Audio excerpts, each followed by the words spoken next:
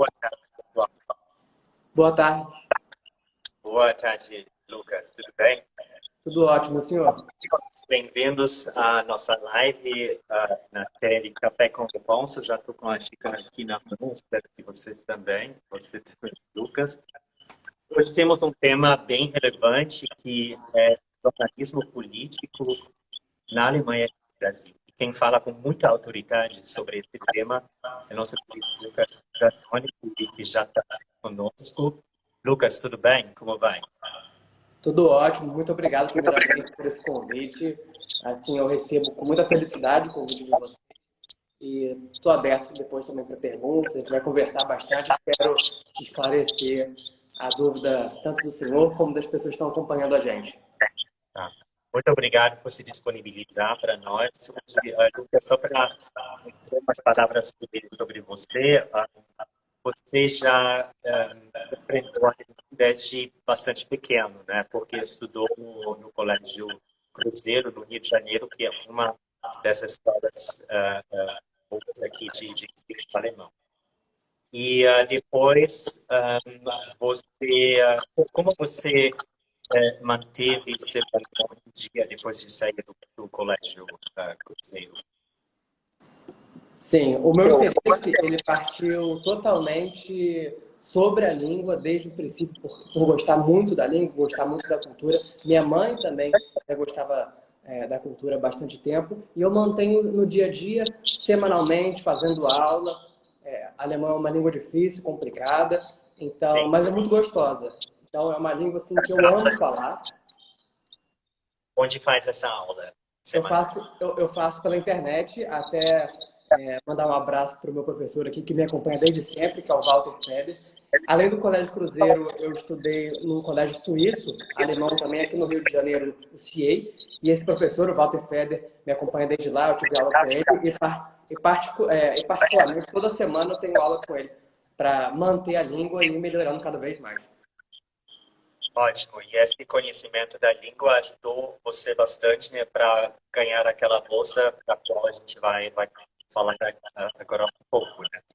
Que é o Foi, IJP, que é o acrônimo para Internacional Jornalismo, focado em programas internacionais de jornalistas. E você é jornalista na CNN Brasil, né, mas ganhou essa bolsa para trabalhar em redações na Alemanha. Por isso você conheceu o jornalismo no Brasil e conheceu o jornalismo na Alemanha, né? Isso, e a gente vai comentar bastante aqui nessa live hoje a diferença do fazer jornalismo aqui no Brasil e na Alemanha. Mas voltando para a sua pergunta, Consul, o alemão foi um pré-requisito fundamental e eu só consegui essa vaga por causa do alemão. Então, eu participei de diversos processos seletivos e o alemão era um pré-requisito fundamental para você conseguir se comunicar, falar com seus colegas e conseguir viver mesmo na Alemanha por 2 meses. Perfeito. E em que redações você trabalhou? Como isso funcionou? Você escolheu? Ou eles fizeram essa escolha para você? Na seleção, eles perguntam qual que é o tipo de redação que você prefere, e eu fui muito feliz por conseguir ficar em 2 redações diferentes, e as 2 redações com uma proposta bem diferente. Para quem, explicando bem didaticamente para quem não é jornalista, a gente tem algumas redações que cobrem mais do factual, do dia a dia, uma cidade pequena, coisas mais locais, e nós temos também aquela redação que cobre aqueles factuais mais internacionais. Então, eu fiquei no primeiro mês numa redação da Deutsche Welle, que é uma televisão muito grande, ela é internacional, ela cobre coisas da América Latina, cobre coisas da Europa, coisas da Ásia. Então, eu tive a oportunidade de fazer uma coisa parecida do que eu faço na CNN. Pautas bem complexas e bem grandes. No segundo mês, eu tive uma visão totalmente diferente de jornalismo, que eu fui para a RBB. RBB é uma televisão local de Berlim.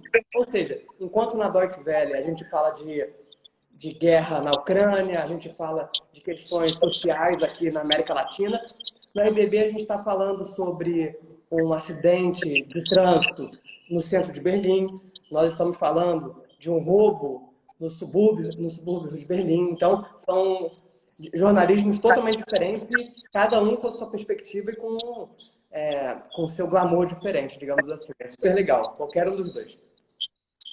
Muito interessante para você, né, de ter esses dois mundos, né, mais nacionalizado e mais tal. E também, ao mesmo tempo, né, você continuou trabalhando para a CNN Brasil, fazendo reportagens para eles sobre que temas você o que interessou na sua emissora naquela época, quando você estava lá aqui, que foi em julho e agosto desse ano, né? Não foi? Isso. A CNN é um canal internacional, então eles prezam bastante, têm bastante interesse pela parte econômica e pela parte também social, global da Europa. A Europa sempre foi e sempre vai ser um fator assim importantíssimo para a nossa economia mundial. Principalmente a Alemanha, que a Alemanha é a maior economia da Europa, então se encaixa completamente com o perfil que a CNN busca. Então, eu já dei a primeira resposta, que foi economia, principal matéria, principal pauta que a gente buscou fazer na CNN em parceria, eu lá com os meus colegas aqui no Brasil. E eu fui num momento crucial para a economia também, a questão da guerra, que acabou calhando de se intensificar no período que eu estava lá. A gente falamos bastante sobre guerra e falamos também sobre as consequências da guerra, muito na Alemanha, que foi a questão do gás natural, que a Rússia, ela é uma das principais, a principal, aliás, fornecedora de gás natural para a Alemanha. A Alemanha é muito dependente desse gás. Então, as grandes sanções que a Rússia fez contra a Alemanha foi um tema assim, bastante batido na CNN durante esse período. Queria mencionar justamente esse tema, né? Você chegou na Alemanha numa época bem particular, assim, né? Quando a população foi assolada, né, por várias crises em paralelo, né? A crise da guerra, dos refugiados, agora já tem 1 milhão de refugiados ucranianos na Alemanha, 1.500.000 na Polônia, subida dos preços do gás, mas também dos alimentos, de fato de tudo, né? E como você percebeu o clima político naquela época, quando você estava lá, né, falando com as pessoas na rua, mas também falando com empresários, com Eu posso falar das duas. Sim. Eu posso falar dos dois temas separados e os dois temas são muito caros para mim. O primeiro, falando da parte mais política, é que o Congresso alemão ele é muito forte. Então, ele pressionou muito o primeiro-ministro para tomar medidas energéticas contra a Rússia, para criar sanções contra a Rússia, por conta de toda essa questão. Então, estava muito quente, estava muito polarizado ali naquele momento onde eu estava. Tem muito conflito, sim, na área política por conta dessa guerra. Agora, de uma percepção mais Lucas, lá na Alemanha, eu conversava, por isso que é tão importante a língua para você ficar lá e você passar nesse processo e ficar 2 meses, que eu perguntava para as pessoas na rua, as pessoas comuns, o que elas achavam sobre a guerra e quais eram as preocupações delas nesse período, e todas elas foi praticamente unânime sobre o gás natural, era o medo delas durante o inverno.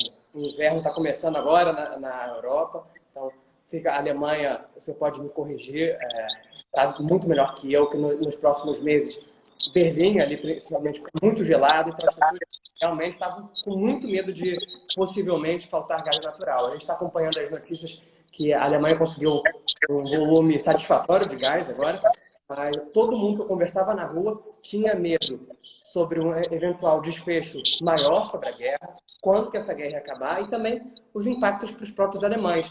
Eles iam ter que fazer racionamento de energia, não iam poder usar aquecedor no inverno. Todos eles estão muito preocupados em relação a isso. Pois é, como você indicou, a gente conseguiu encher os nossos armazéns de gás, né, no mercado mundial, então isso, a situação não está mais tão grave como parecia alguns meses atrás, mas as pessoas estão preocupadas realmente, né? Porque muitas pessoas, sabe, aqui a Alemanha está percebida como está sendo percebida como um país rico, né? Mas não todo mundo é rico, né? Tem muitas pessoas que gastam justamente o dinheiro que eles têm todo mês em aluguéis, em alimentos, educação dos filhos e não sobra nada, né? Mas enfim, você mencionou um tema é bem interessante, né? O poder do parlamento, né? Aqui no Brasil, o parlamento, obviamente, também tem um poder muito grande. Nós, na Alemanha, temos um sistema parlamentar, quer dizer que o primeiro-ministro, que a gente chama de chanceler, depende diretamente do parlamento, né? Ele só pode atuar se ele tem uma maioria no parlamento, né? E porque ele não tem como dizer, uma legitimidade direta do povo como o presidente brasileiro tem, por exemplo, né? Também eu gostaria de entrar mais nesse tema das diferenças, né? Em primeiro, na maneira como abordar temas, como preparar tópicos assim, para professora, né? Você sentiu alguma diferença entre o que você conhecia no Brasil e você conheceu lá na Alemanha? Tem Sim, uma outra forma de trabalhar, de interagir com os colegas, etc. senti bastante diferença e isso que é o prazeroso, o legal do jornalismo, que a gente consegue fazer milhares de formatos diferentes, nenhum deles está errado. Todos eles estão certos e cada um com uma perspectiva diferente. Aqui no Brasil, a gente percebe muito interesse pelas pautas ao vivo. Então, a gente tem muito link ao vivo. O repórter ali na frente da câmera mostrando exatamente naquele momento o que está acontecendo. Mas a gente preza um pouco menos pela imagem, para a imagem não precisa ser tão bonita no momento, a gente precisa passar informação. Esse que é o principal tópico dos jornais brasileiros. Então, a gente precisa dar informação de uma forma imediata e ao mesmo tempo, claro que com uma concretude. No entanto, a gente não precisa daquela imagem mostrando perfeitamente, nitidamente, a gente não precisa de uma matéria fechada, pode ser ao vivo. Na Alemanha, eu percebi que a gente pode fazer matéria com um pouco mais de calma, a gente não precisa entregar a matéria em 30 minutos. Nós temos algumas horas para entregar a matéria, mas em contrapartida eles cobram uma qualidade de imagem, um roteiro mais especializado, um roteiro mais fechado, uma coisa que também é muito importante. Mas são jornalismos diferentes. Enquanto um é mais ao vivo e é mais hard news, como a gente chama, as matérias quentes toda hora, a gente precisando entregar informação nova o tempo todo, no jornalismo alemão, uma coisa mais rebuscada, uma coisa que a gente pode, na ilha de edição, trabalhar a matéria, gravar a nossa voz, gravar nosso off, como a gente chama, de uma maneira calma, para o fato aconteceu de manhã, a gente consegue dar à noite, captando mais informações, captando todos os ângulos daquela notícia. Enquanto no jornalismo brasileiro, é aquela informação mais rápida que a gente precisa descobriu agora, a gente tem que dar no minuto depois. Jornalismo aqui me parece um pouco mais sem fôlego, assim, né? Como assim, acontece tanta coisa que você tem que cobrir isso e aquilo, isso, né? E a Alemanha é um pouco mais lento o ritmo, né? Essa minha percepção também. Sim. Aqui no Brasil, a gente tem muito mais factual. Nós chamamos isso no jornalismo de factual, as coisas que acontecem o tempo todo. Então, vira e mexe, a gente deixa a equipe, por exemplo, sem pauta, porque a gente sabe que vai acontecer algum factual, normalmente acontece. Desde seja coisas ruins, como roubo, tiroteio, infelizmente, que acontece aqui no Rio de Janeiro, ou também coisas positivas, um evento novo, enfim. Na Alemanha, a gente consegue programar mais as nossas matérias, porque é uma coisa que é bem mais difícil acontecer um factual que a gente não está prevendo. Sabe? Você também chegou a visitar o Bundestag, que é o nosso parlamento federal. Você foi numa visita guiada? Ou encontrou políticos? Como foi? Eu encontrei políticos e uma curiosidade assim, que, ao meu ver, é super interessante, da diferença dos políticos alemães para os políticos brasileiros. Os políticos brasileiros, por exemplo, eles têm centenas de assessores, é super difícil ter contato com eles. Enquanto eu fui no parlamento como jornalista, fui cobrir e eles estão muito ali. Claro que você precisa ter, né? Eles têm assessores, você precisa ter uma cautela para abordar, mas é uma coisa totalmente diferente. Você conversar com qualquer político ali naquele momento, de forma tranquila, não tem assessor, você consegue marcar, por exemplo, uma reunião no gabinete dele com muita mais facilidade do que aqui no Brasil. Aqui eles são mais distantes da gente. Até pela questão geográfica também. Claro que tem setoristas em Brasília, perdão, que cobrem eles, mas a gente tem um parlamento e um primeiro-ministro que ficam no coração da Alemanha, em Berlim. Então, eles estão ali no meio da cidade, eles estão mais próximos, digamos assim, da população do que os nossos políticos aqui no Brasil. Interessante isso. Existem essas anedotas, né, sobre a senhora Merkel também, como ela puxava a carrinha no supermercado. Sim, é verdade, é verdade. Mas dizem que é verdade. Eu, pelo menos, já vi fotos. Eu também. Respeito políticos assim na rua, no shopping, assim, é verdade.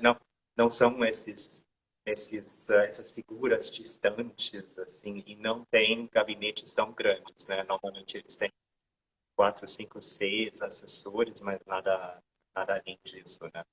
Exato. Tem assessores que trabalham para comissões, assim, comissão de política externa ou política de defesa, né? Mas não necessariamente no gabinete de um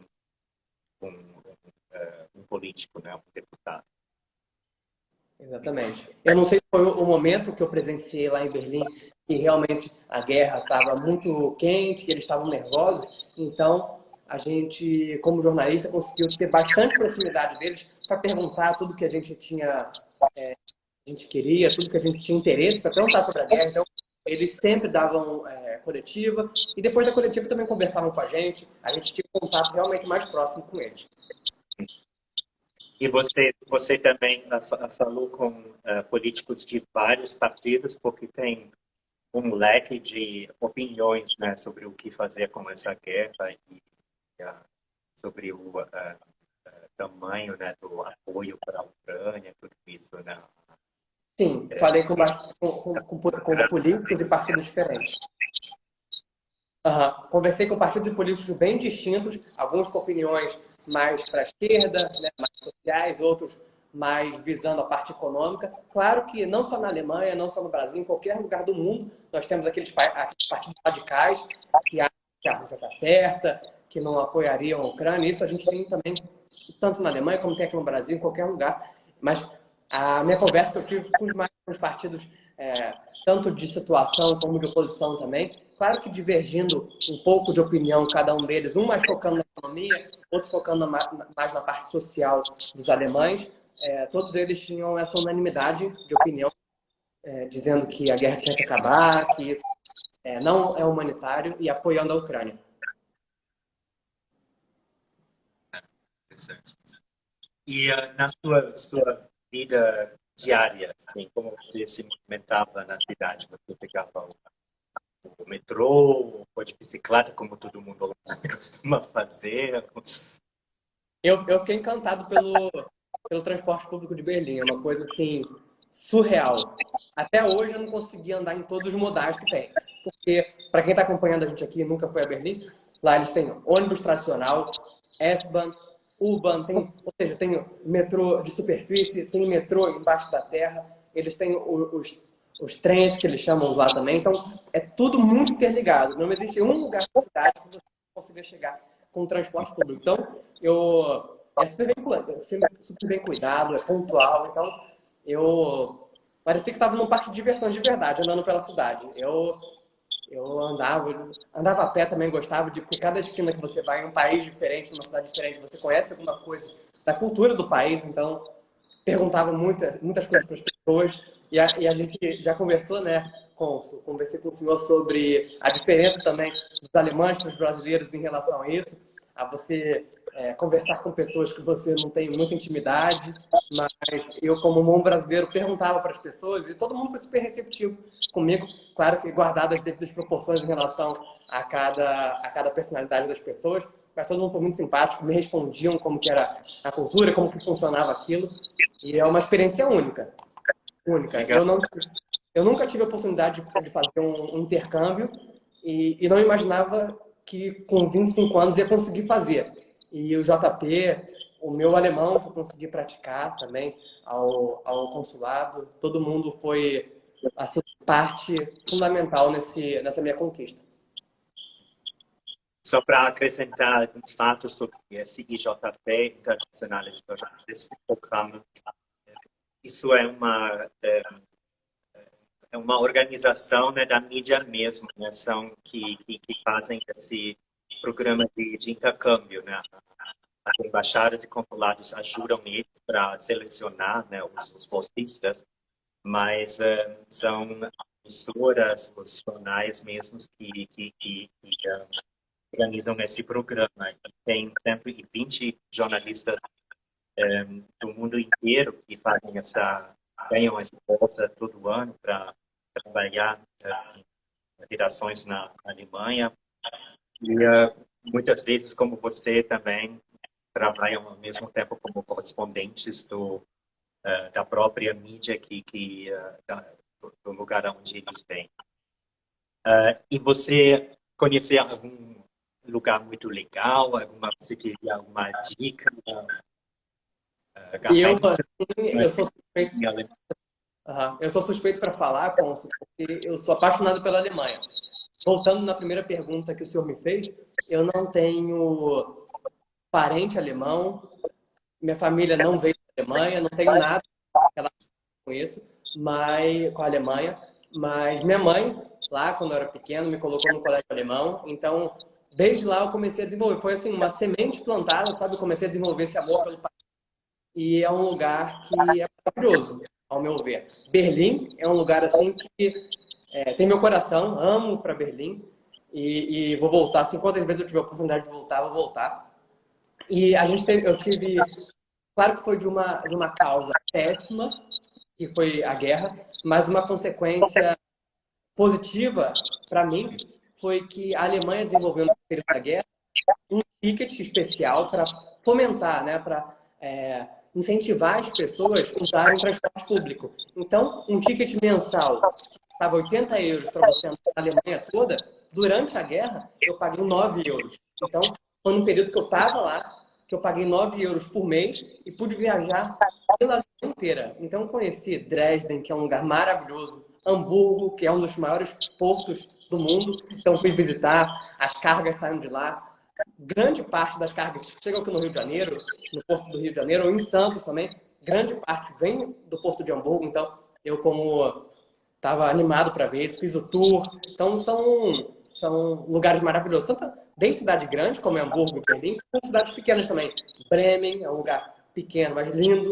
Leipzig também é perto de Berlim. Tudo isso eu consegui fazer, como a gente estava tocando naquele ponto de transporte público, tudo isso eu consegui fazer de trem. Então, eu pegava o trem, eu olhava no site, né, da Deutsche Bahn, eles têm certinhos horários que saem, ia para a estação, pegava o meu trem, ia sentadinho, bonito, ia lá, lendo meu livro, e quando eu piscava, chegava no lugar, conhecia, eu dormia lá, eu até voltava, porque os trens assim partem a cada meia hora e praticamente a noite toda, o dia inteiro. Então foi uma experiência maravilhosa que eu já quero repetir, já estou ansioso para voltar. Que bom, né? Essa é uma maneira muito boa para conhecer um país, né? Porque você realmente vê as coisas, não é como numa viagem de avião, né? Você aterriza num lugar, mas não vê nada no meio, etc. E você também conheceu alguns países vizinhos, porque, por exemplo, de Berlim, Polônia é muito perto, República Tcheca também não é longe. Você fez algumas viagens para outros países na Europa? Fui. O senhor acertou de primeiro, eu fui para a Polônia. Eu fui conhecer a Cracóvia, um lugar maravilhoso também, a Polônia é muito linda. Mas eu estava mais interessado, para ser sincero, em conhecer a própria Alemanha. Transporte público, de novo, é maravilhoso. Ele liga todos os lugares ali da Europa inimagináveis. Então você pode, com trem também, não precisa pegar avião, você consegue viajar e conhecer outros países. Mas eu estava focado ali na Alemanha.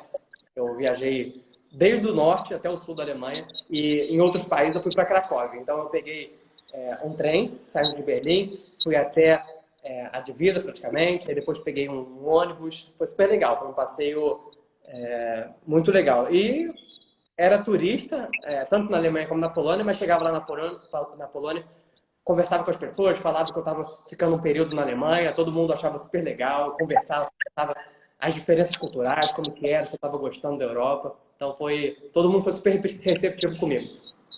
Ótimo. E já tem planos para voltar? Por enquanto não, mas assim que der uma brechinha, né, tiver uma oportunidade, eu pretendo voltar. E quem sabe um dia morar na Alemanha, né? Quem sabe, cônsul? Eu não descarto, não. Eu tenho muito interesse.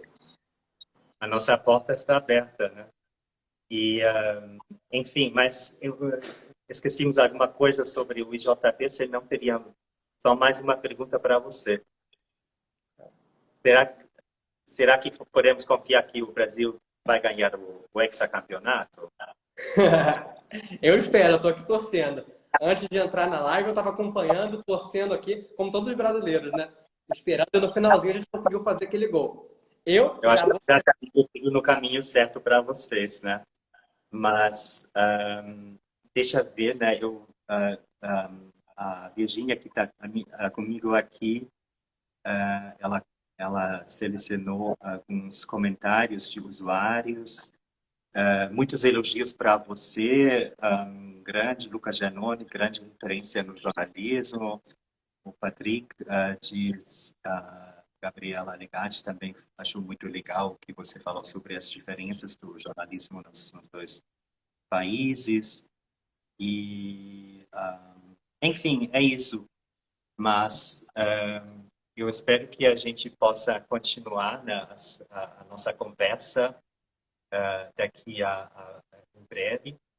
E eu desejo uma ótima tarde para você e para todos os nossos usuários que estão lá.